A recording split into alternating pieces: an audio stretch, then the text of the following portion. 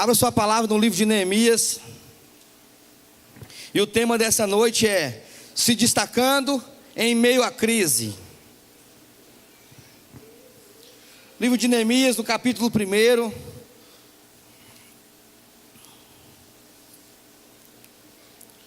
Eu vou ler 2 textos, um pouco extenso, mas fica comigo que vai dar certo. Diz assim: esta é a história de Neemias, filho de Acalias, no mês de Quisleu, no ano 20 do reinado do rei Artaxerxes, rei da Pérsia. Eu, que me chamo Neemias, estava em Susa, a capital do país. Anani, um dos meus irmãos, chegou de Judá com um grupo de outros judeus. Então eu pedi notícias da cidade de Jerusalém e dos judeus que haviam voltado do cativeiro da Babilônia. Eles me contaram que aqueles que não tinham morrido haviam voltado para a província de Judá, estavam passando por grandes dificuldades. Contaram também que os estrangeiros que moravam ali perto os desprezavam. Disseram: finalmente que as muralhas de Jerusalém ainda estavam caídas e que os portões que haviam sido queimados ainda não tinham sido consertados.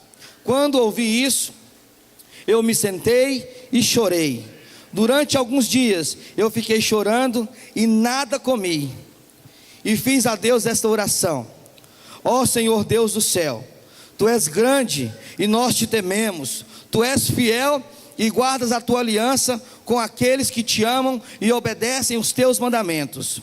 Olha para mim, ó Deus, e ouve as orações que faço de dia e de noite em favor dos Teus servos, o povo de Israel.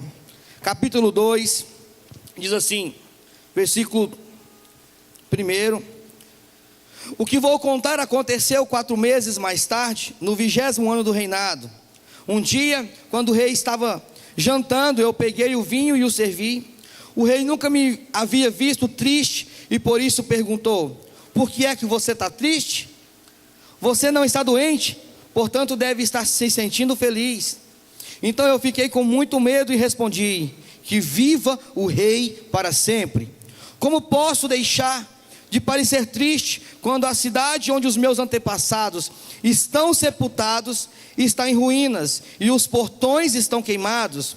O rei perguntou: o que você quer? Eu orei a Deus do céu e depois disse ao rei: se o Senhor está contente comigo e quiser atender um pedido meu, deixe que eu vá para a terra de Judá, a fim de reconstruir a cidade onde os meus antepassados estão sepultados. Aí o rei, tendo a rainha sentada ao seu lado, concordou com o pedido. Ele perguntou quanto tempo eu ficaria e quando voltaria. Eu disse: então pedi ao rei um favor, que me desse cartas para os governantes da província do Eufrates Oeste, com instruções para que deixasse passar até a região de Judá. Também pedi uma carta para Asaf, o guarda florestal do rei, mandando que me desse madeira para fazer portões das fortalezas que protegem o templo e para fazer muralhas da cidade e a casa onde eu iria morar. E o rei me deu tudo o que eu pedi, porque Deus estava comigo. Quando eu falo de crise, quando eu me profiro a falar de crise, eu estou falando de uma situação socioeconômica que se instalou no nosso país. Marquinhos, é uma crise, sim, queridos, é uma crise. Crise é essa que muitas vezes nós achamos que nós não vamos dar conta de sair dessa situação. Mas eu quero te dizer nessa noite, a crise ela foi feita para ser superada. Amém? A crise foi feita para tratar você, para fazer de você uma pessoa melhor. Só que muitas vezes nós não temos essa linha de pensamento, muitas vezes nós não temos essa linha de raciocínio, e nós vemos a crise, nós vemos as dificuldades como algo ruim, e algo que vai nos trazer só prejuízo. E nem sempre é dessa forma, nem sempre é assim. Essa crise nacional, ela tem nos afetado por um todo, pastor Nardete. Essa crise, ela tem afetado as empresas, as famílias.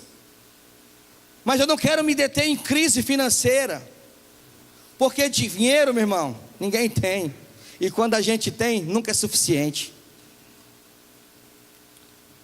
Mas eu quero falar de algumas crises que são instaladas na sua vida, na sua família, no seu relacionamento com a sua esposa, no seu relacionamento com o seu filho, no seu relacionamento com o seu pai. Enfim, são várias situações que se instalam no nosso dia a dia, em nossas vidas, e elas se tornam crises.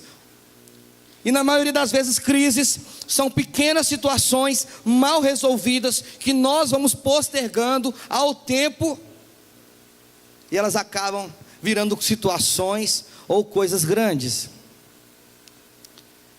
E nessa noite eu quero dizer para você que, quero até ser ousado em dizer que crise, ela pode ser uma oportunidade. Na realidade, a crise ela surgiu para fazer você enxergar o outro lado, uma outra porta, uma outra forma de resolver o seu problema. E é isso que eu quero compartilhar com você nessa noite. É isso que eu quero compartilhar com a igreja nessa noite. Talvez você possa se perguntar: mas existe alguém na Bíblia que passou por essa fase complicada, essa fase difícil? Sim, há pessoas na Bíblia que passaram por essas fases. E eu posso destacar 2 pessoas, porque o meu tempo é pouco. Eu posso falar do servo Jó, homem íntegro, fiel ao Senhor. E de repente o diabo foi lá e falou para o Senhor: ele é assim porque você não me permite tocar nele. E Jesus conhecia tanto o coração de Jó, que falou assim: pode tocar nas suas finanças, pode tocar na sua vida, pode tocar na sua família, só não pode tirar a sua vida. Não mate Jó. E de repente, uma situação normal, uma situação tranquila, começou a viver um caos, começou a acontecer um caos na vida de Jó. Esse homem era um homem tão íntegro, que antes que os seus filhos pecassem, ele já fazia holocaustos, sacrifícios, pedindo perdão pelos pecados dos seus filhos. E de repente esse homem começou a viver uma situação difícil, começou a viver uma situação complicada na sua vida. E quando eu falo vida, eu falo completa. Eu falo desde a sua empresa, desde a sua fazenda, desde as suas criações, até a sua casa, até os seus filhos. Por que não dizer até a sua vida sexual? Quer que eu prove para você? Vamos lá então. Jó estava lá tranquilo e de repente veio um vendaval e matou as suas criações. Crise no seu trabalho, crise na sua empresa. Estava Jó tranquilo na sua casa, veio mais alguma coisa, um terremoto, e matou as suas filhas. Existe crise maior do que perder um filho? Existe crise maior do que perder um ente querido?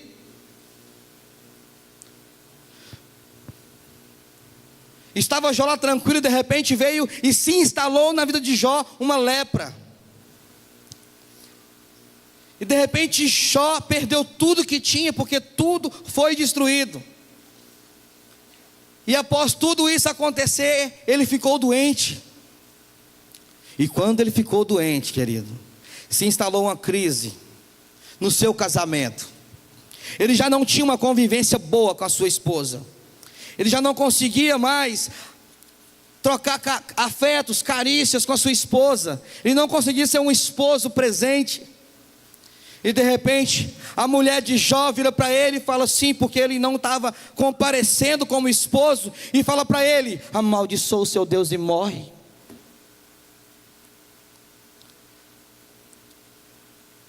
Até a sua esposa estava indignada com a situação na qual Jó estava vivendo. Mas de repente, Jó perseverou. Jó acreditava no Deus que ele servia e o Senhor o restaurou. Amém? Eu quero dizer para você que independente da situação, independente daquilo que você está vivendo, o Senhor vai restaurar a sua vida. o Senhor vai acrescentar na sua vida, o Senhor vai te tomar pela mão e vai fazer com que você seja restaurado. Independente, pastor, mas existe uma outra pessoa? Sim, e essa pessoa você conhece de perto, essa pessoa está perto de você o tempo inteiro, essa pessoa é Jesus Cristo. Mas Jesus passou por crise? Jesus passou por crise. Sabe por quê? Porque ele era humano, assim como eu e você. Jesus era humano, ele se fez carne. Então ele não estava isento de passar por problemas e nem por dificuldades. Jesus, quando ele estava no Getsêmani, ele estava naquela angústia, naquela situação difícil, e ele começou a buscar o Senhor, e ele começou a suar gotas de sangue. Quando nós estamos numa situação difícil, nós começamos a ter aquela dorzinha na boca do estômago, nós começamos a buscar o Senhor com mais intensidade, porque a crise, ela faz você correr para a presença do Senhor, porque o problema, ele te leva para o Senhor, porque é mais fácil lembrar do Senhor na dificuldade. Então você começa a orar com mais intensidade, você começa a viver o Evangelho com mais intensidade. E aí Jesus fala assim: Pai, se possível, passa de mim esse cálice. Jesus estava dizendo: Senhor, se o Senhor quiser, meu Pai, o Senhor pode me livrar dessa situação, o Senhor pode me tirar dessa crise, desse problema, na qual eu estou instalado, eu vou para a cruz, eu vou morrer. Só que é o seguinte, Jesus, ele sabia que era necessário que tudo isso acontecesse, para que nós viéssemos a estar aqui hoje. E se Jesus passou por crise, quem somos nós para não passar? E a palavra de Deus diz: no mundo tereis aflições, mas tende bom ânimo, eu venci, vós também vencereis. Então esse texto completa o que eu estou dizendo para você. Ele fala que Jesus afirma que passou dificuldade, que Jesus passou por situações adversas, que Jesus teve sim problemas, mas ele teve maturidade para resolver os seus problemas. Eu quero compartilhar com você 4 princípios, 4 aspectos, para que nós venhamos a passar por uma crise, para que nós venhamos nos destacar ao passar por essa crise.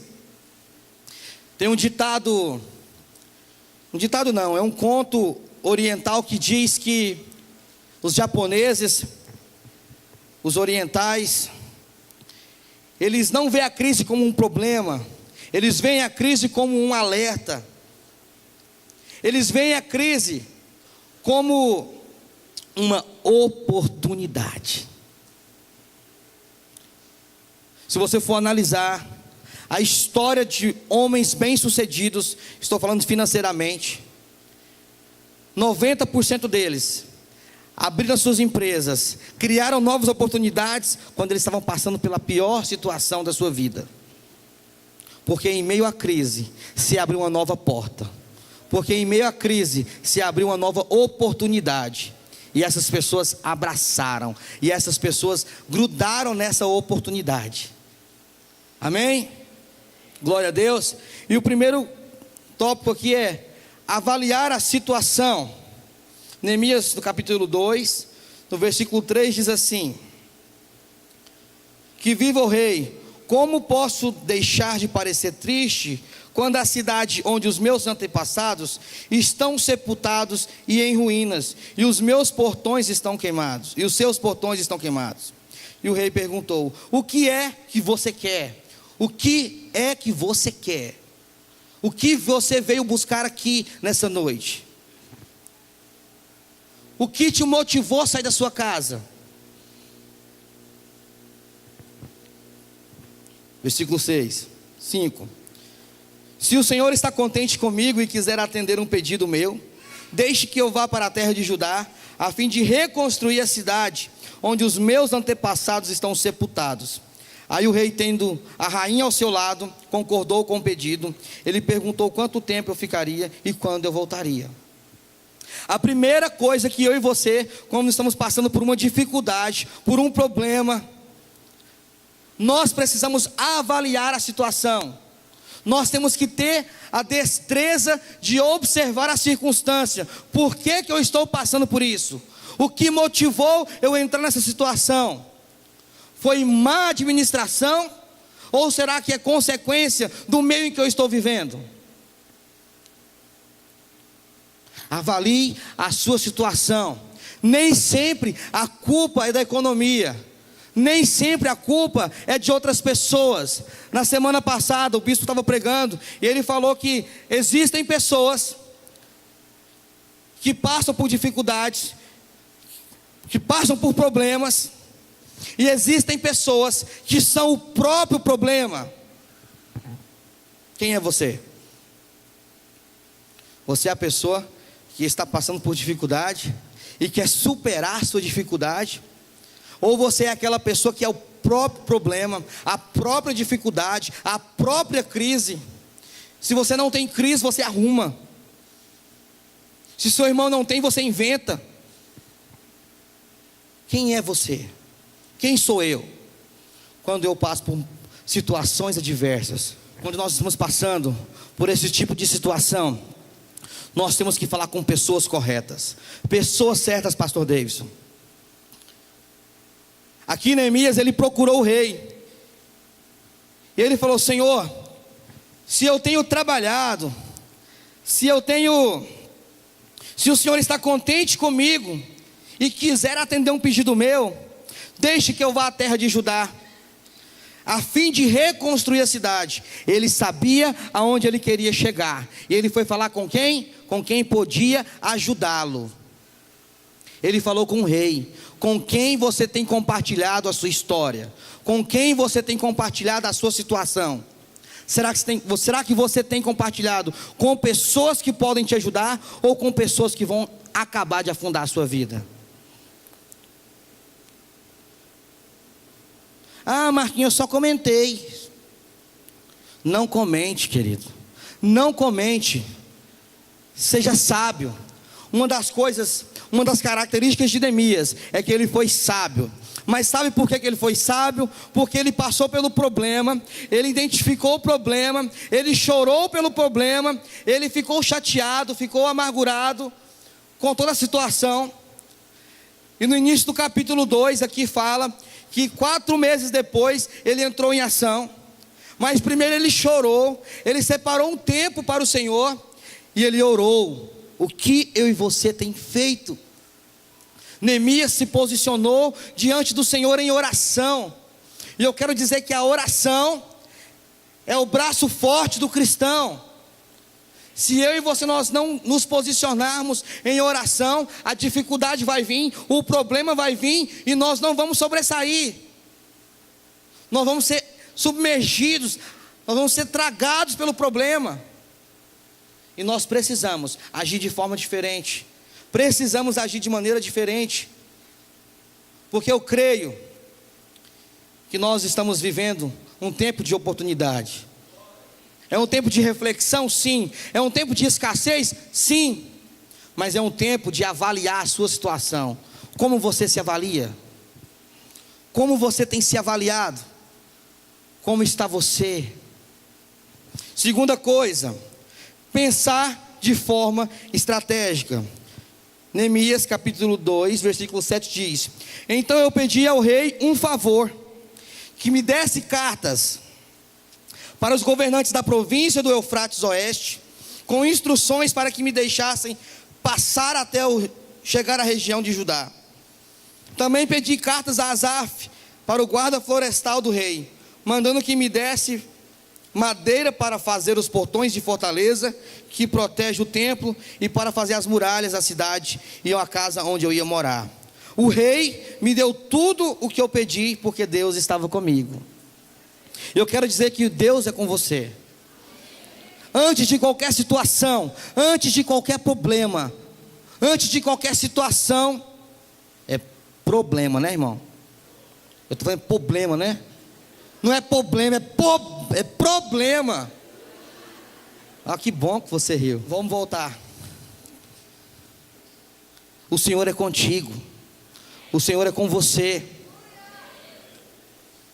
Queridos, quando eu falo para você pensar de forma estratégica, é para você mudar o rumo da sua vida, é para você mudar a trajetória. Quando existe crise entre o marido e a mulher, é porque na maioria das vezes o marido é bruto, é turrão. É porque o marido não sabe se comportar como um cavalheiro. É porque o marido não sabe se comportar como um cara que ele era no namoro. Porque no namoro ele ainda não tinha a esposa, ele tinha que conquistar a esposa. Mas depois que ele conquistou, aí ele trata no ferro e no fogo, irmão. E aí a mulher fala: meu bem, o que você quer? Amor, o que foi, trem? E aí começa aqueles adjetivos entre o marido e a esposa. E de repente a mulher, ela tem um sensor ativado, ela detecta problema com mais facilidade que o homem. E de repente a mulher, ela começa a ver que o homem está agindo de forma errada, está agindo de forma que precisa ter alguém para falar alguma coisa para ele, porque o homem, na maioria das vezes, eu quero até fazer um alerta aqui, nós estamos vivendo a época, isso são estudos que comprovam, em que a maior passividade na parte dos homens, na criação dos filhos, no comportamento com a esposa, em todos os lugares e âmbitos da sociedade. Homens que não têm atitude, homens, sabe, preguiçosos. Isso não sou eu que estou falando não, viu, queridos? Isso está na internet, se você for pesquisar você vai perceber. E isso não pode continuar assim. Mas vamos voltar na mulher. E aí a mulher pega, vai lá, começa a falar para o marido as verdades que ele precisa ouvir. Só que a mulher não sabe falar, porque a mulher ela não para. E a pessoa começa a detectar o problema, que ele está com dificuldade, ele já viu que está errado, mas ele quer manter aquela autoridade. Ele quer manter a postura autoritária dele. E ele fala assim: pode parar, cala a boca. Aí de repente a mulher não cala, né? Porque a mulher continua. É porque quando você manda ela parar, aí que ela continua. E ele começa a gritar. E a segunda situação é que o homem, na maioria das vezes, ele entra em fuga. Ele entra no carro, ele monta na moto, ele sai pelo portão, e aí ele vai sair, fugir do problema. Só que o homem, ele é o seguinte, passou um pouquinho de tempo, ele esquece tudo que aconteceu. A memória apaga. Só que ele esquece que a mulher, meu filho, ela guarda isso por uns 30 anos. E aí o cara chega em casa e fala assim: oi, amor. E a mulher não dá nem moral para ele. Aí ela sai de perto dele e vai pro quarto. Aí chega no quarto e ele falou assim, aí ele fica assim, aquela cara assim de cachorrinho murcho. Aí fala assim: o que está acontecendo? O que eu fiz? Aí ele começa a incitar a mulher de novo. E aí a mulher vai, vira a cara. Você pode me falar o que foi que eu fiz? Querido, se posiciona. Se posiciona. Toma atitude. Seja homem de verdade. Vai para a conferência. Aprenda. Lá em casa, a última palavra é minha. Quando ela fala alguma coisa, eu falo: já fiz. Estou indo. Não vou demorar. Fica tranquila, vai dar certo. Uai, lógico.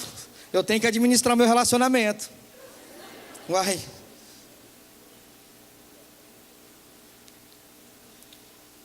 E quando a crise entre pai e filho, porque muitas vezes o pai está aqui dentro, é uma bênção, mas chega em casa, o pai, ele não é a bênção na vida do seu filho, ele não escuta o seu filho, ele não abraça o seu filho, ele não beija o seu filho, e a opinião do seu filho é a última para ele. Tem pai que nunca abraçou o seu filho e disse: eu te amo. O meu pai, ele tem muitos defeitos, N defeitos, mas uma coisa que o meu pai me ensinou foi dar bênção, abraçar ele e beijar ele em qualquer lugar, em qualquer ambiente, em qualquer situação. E isso não foi a igreja que me ensinou, isso não foi o meu discipulador que me ensinou, isso foi o meu pai que me ensinou. E o que você tem ensinado para o seu filho? O que você tem ensinado para o seu filho? Será que a rebeldia do seu filho não é um alerta? Pai, eu estou precisando de carinho. Pai, eu estou precisando de um abraço. Mãe, eu estou precisando de um abraço, de um carinho, de uma atenção.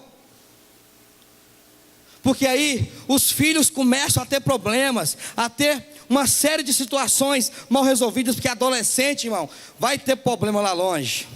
Problema. Vai ter problema lá longe, irmão. E aí sabe quem resolve? O problema que o pai causa é eu, a minha esposa, o pastor Davidson, a pastora Jennifer, Lucas, a Kelly, o Lindomar e a Iris, Jacimar e a Nilke. Aí nós vamos aqui, descasca o abacaxi, arruma seu filho, e se você não prestar atenção, você estraga de novo. Tudo isso pode ser mudado. Essa crise que foi instalada pode ser mudada se você pensar diferente. Pense diferente ao tratar o seu filho. Pense estrategicamente ao tratar melhor a sua esposa. Evite a crise.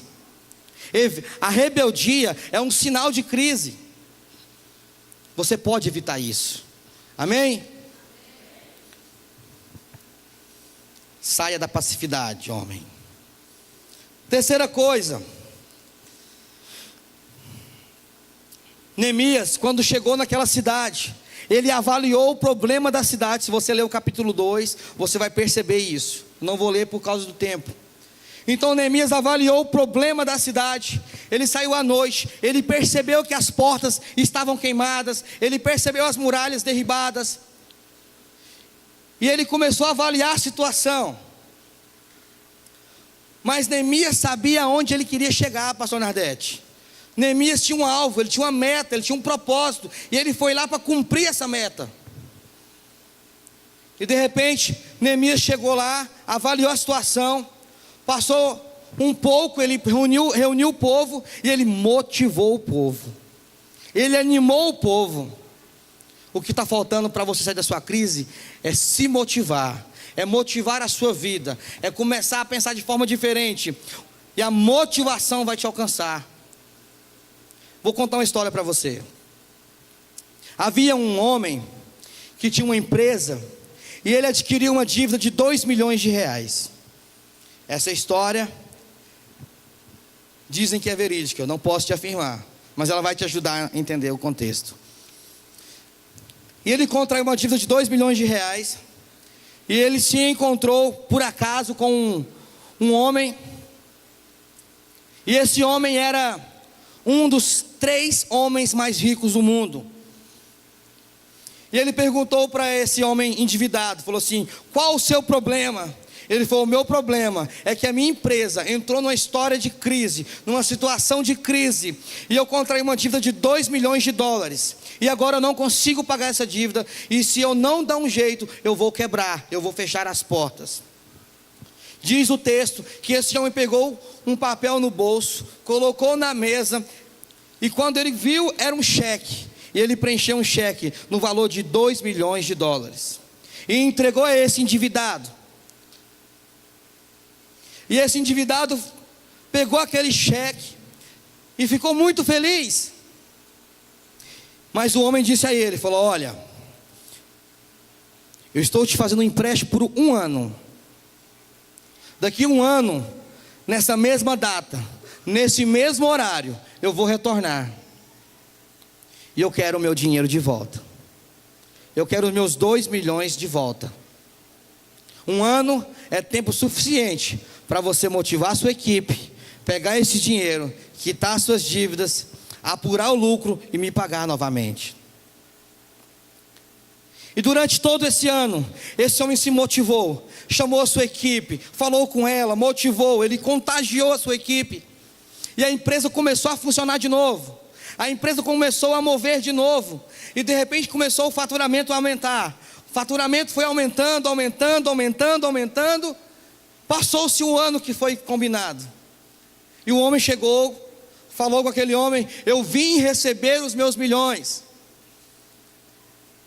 E aquele homem muito feliz agradeceu, falou assim: olha, você foi uma pessoa que me ajudou a sair do meu problema, ajudou a me resolver, né, na situação da minha empresa.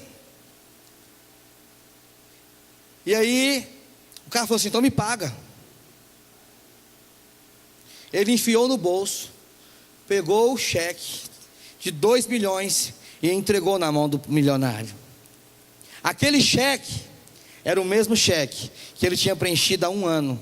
Ele não tinha gasto o cheque. Ele não tinha gasto o cheque.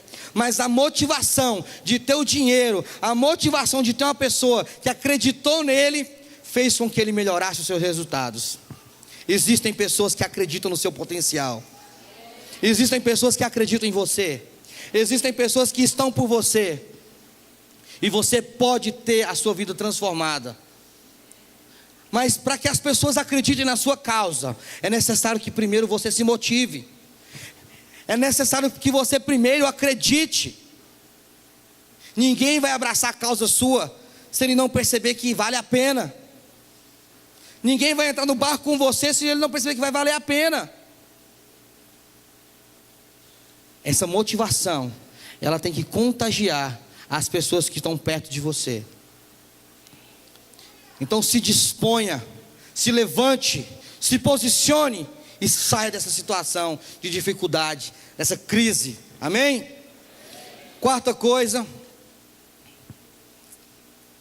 está lá em Neemias capítulo 2, no versículo 20.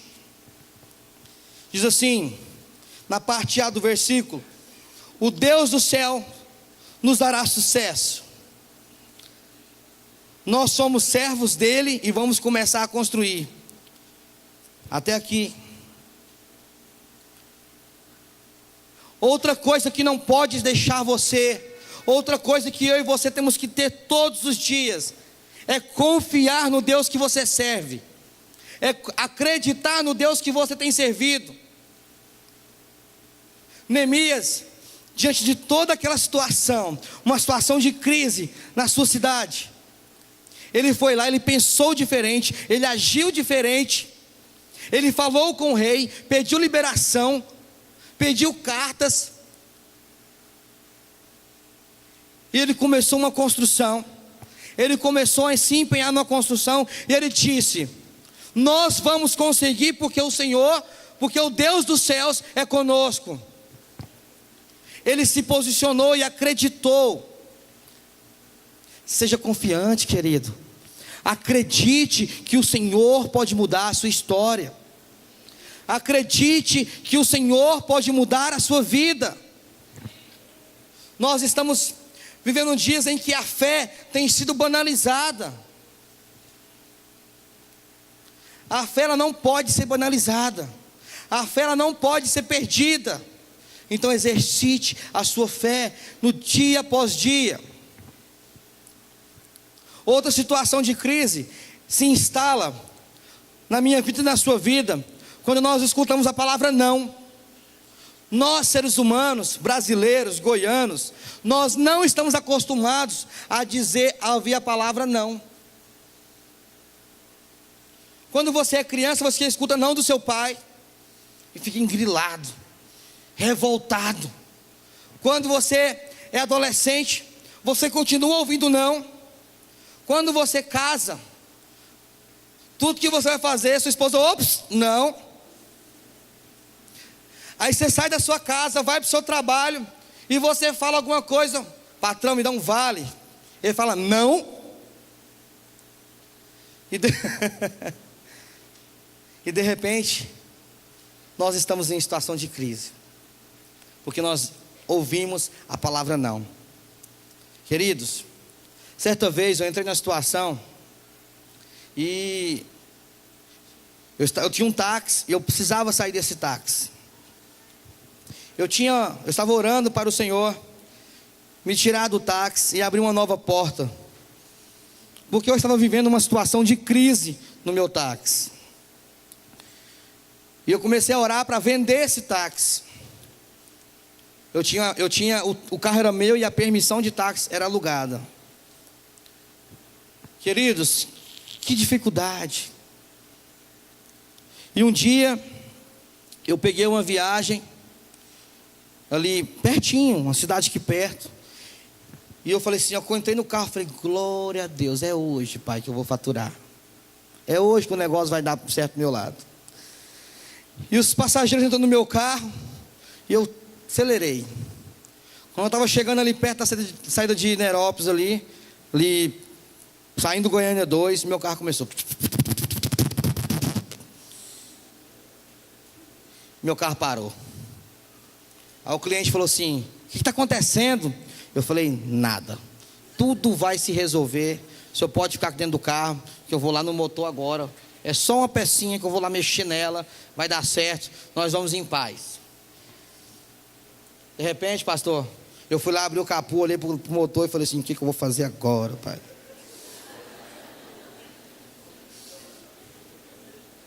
O que eu vou fazer com esse motor agora, Pai? Mexi no negocinho no fio lá, conectou, saí mexendo, bati na chave, o carro pegou.